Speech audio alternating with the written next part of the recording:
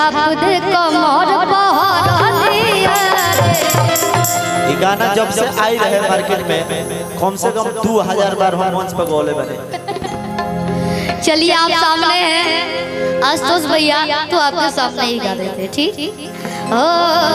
कि हमरा पाले गोपरल बकसा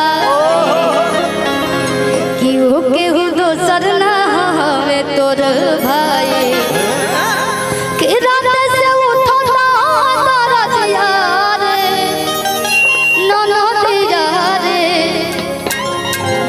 ननदिया रे ननदिया रे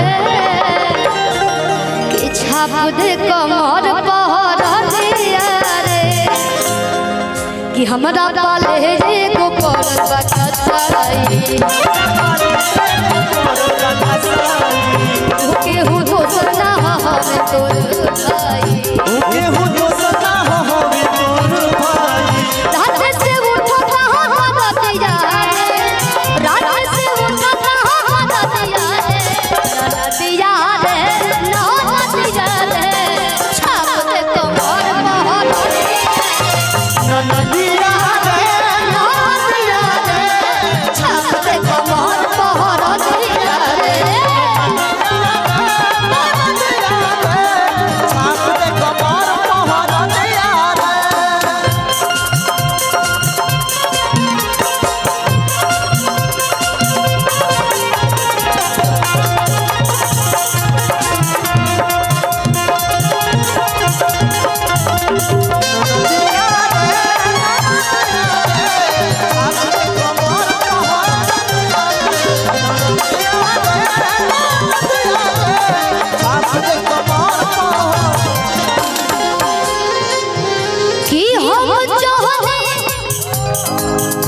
अभी आप लोग जाइए नहीं, अभी सोहर बाकी है। एक मिनट नहीं कोई नहीं, एक नाम ना बात आएंगे ना फिर। हाँ तो आप लोग जल्दी से आइए क्योंकि आप लोग इतने देर से बैठे हैं। आप लोग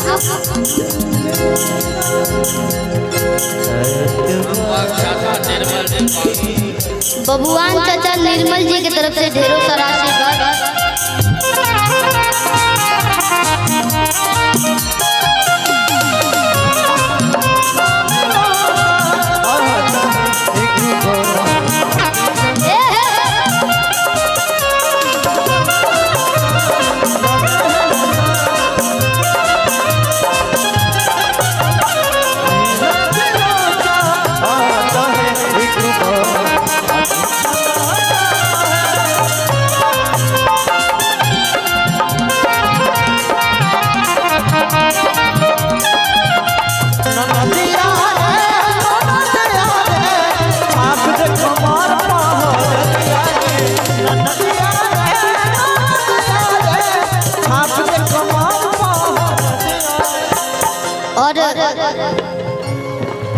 सोहर हम गाएंगे जब आप सभी परिवार रहेंगे तभी गाएंगे सोहर।